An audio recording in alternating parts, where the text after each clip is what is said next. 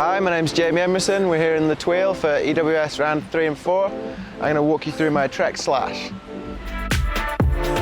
Trek Slash full carbon frame. I'm running a size medium large, which is probably slightly smaller than the recommended for my height, but I've found that it's real good in the corners, and that's where I was losing my time before, so that's been really good to help with the racing. I'm running 29-inch wheels on it, so it's kind of big wheel, small frame idea.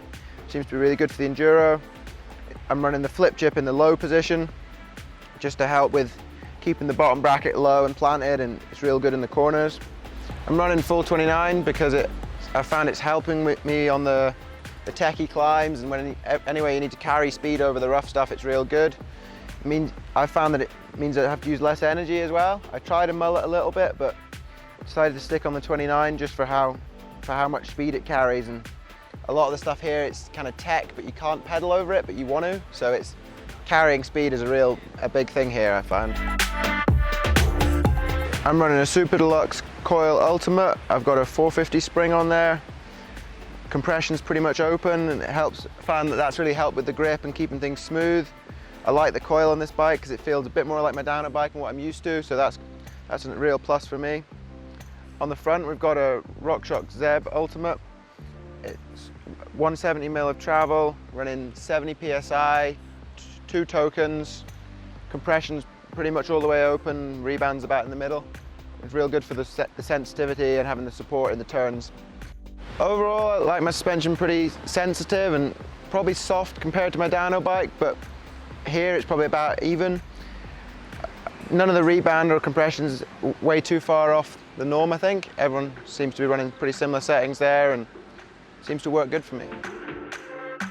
Yeah, I've tried to set my downer bike and my enduro bike up pretty similar. I run similar grips, bars, seat, pedals, those tires, those kind of things. And it helps switch between them, especially when you're doing back-to-back races. It's less of a delay in getting used to it again. And there's still a few differences, and obviously the linkage system on this bike's different, so it's never going to be exactly the same, but I've got it as close as I can, and it feels pretty good and feels easy to switch between the two at the moment. Up in the cockpit, I've got Truvative Descendant stem and bars. I'm running quite a few spacers under my stem to get the front end high, which helps on these steep tracks, and it goes back to being similar to the dyno bike setup, being what I'm used to. I'm running 770 wide bars, 35mm with a 35mm stem on there, and I like the front end to be pretty short and snappy so that I can get around the tight stuff as quick as possible. Run the bars on this bike slightly narrower than the dyno bike, just for that same reason, and there's less high speed stuff. I'm running 35mm diameter bars so that I can get a nice planted front end and it doesn't feel like it's wobbling too much. I keep my stack on the front end and all my front end settings actually pretty consistent. I think the tracks at home are pretty steep, so it's kind of come here and it's kind of what I'm used to, and I like to keep it the same. I'd rather it was sort of the same every race and I knew what to expect if the conditions changed or something than try and fine tune it everywhere we go, really. Yeah, I'm running SRAM Code RSC brakes. At the moment I've got 200mm rotors front and rear. Seem to be working out pretty good, even on the long descents where it gets real steep.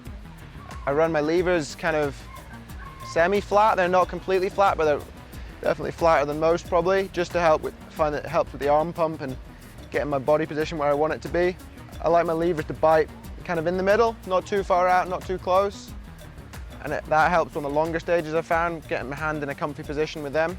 I've got some Acerbi's handguards. This is the first year I've been fully running them at the races, and it's been really good. I like the extra bit of protection for my hand and for the brakes, been real cool, and it's nice to have a bit of a reference as to where the end of your bar is sometimes, and a lot of these tracks they're marking them with ski poles now, so to be able to punch a couple of them to get the insides has been cool as well. Running a RockShox Reverb Axis electric dropper post. It's 170mm long, which is just about perfect for me, that I can get it slammed for the downhills, and at full reach it's just the right height for climbing. On there I've got an ergon seat. I'm actually running the downhill seat at the moment, just because there's not a whole lot of climbing here, so it's nice to get the seat as small and slim as possible so it's out of the way for coming downhill, because the climbs aren't such an issue here. Running full axis on this bike, so it keeps the cockpit pretty clean and seems to be working well, and no issues while we're racing, which has been really good. For my drivetrain, I'm running SRAM Exo1 Axis 12-speed drivetrain. I've got a 1052 cassette on the back with a 34-tooth chainring. I'm running 165 cranks, and it seems to be about the perfect ratio for climbing around here, because the climbs are steep when they happen, and it seems to change fast enough that it's good for the downhills. I really like the AXS stuff. It's been good, and I've broken a lot less derailleurs this year since I've started running it, which has been really cool, especially for these races where you don't have time to swap a mech out if you snap it in a run, so it's really good. I'm running DT Swiss EX 1501 wheels, both full 29. I really like them. The rims have been super good this year, and I've never had any issues with them, which has been super cool. 54-tooth free hub in the back, so the engagement's super fast for snapping out some of the tight turns where you're not able to carry much speed. I'm running the spoke tension a little bit looser on the back than the front, just to help with the traction, and it means I'm not putting so much stress on the side of the tire as well, so I'm burping less tires because the wheel's got a bit more movement, which has been cool this year. I'm running a Maxxis DHF and DHR2 on the front and rear. They're both downhill casing and both max grip compound.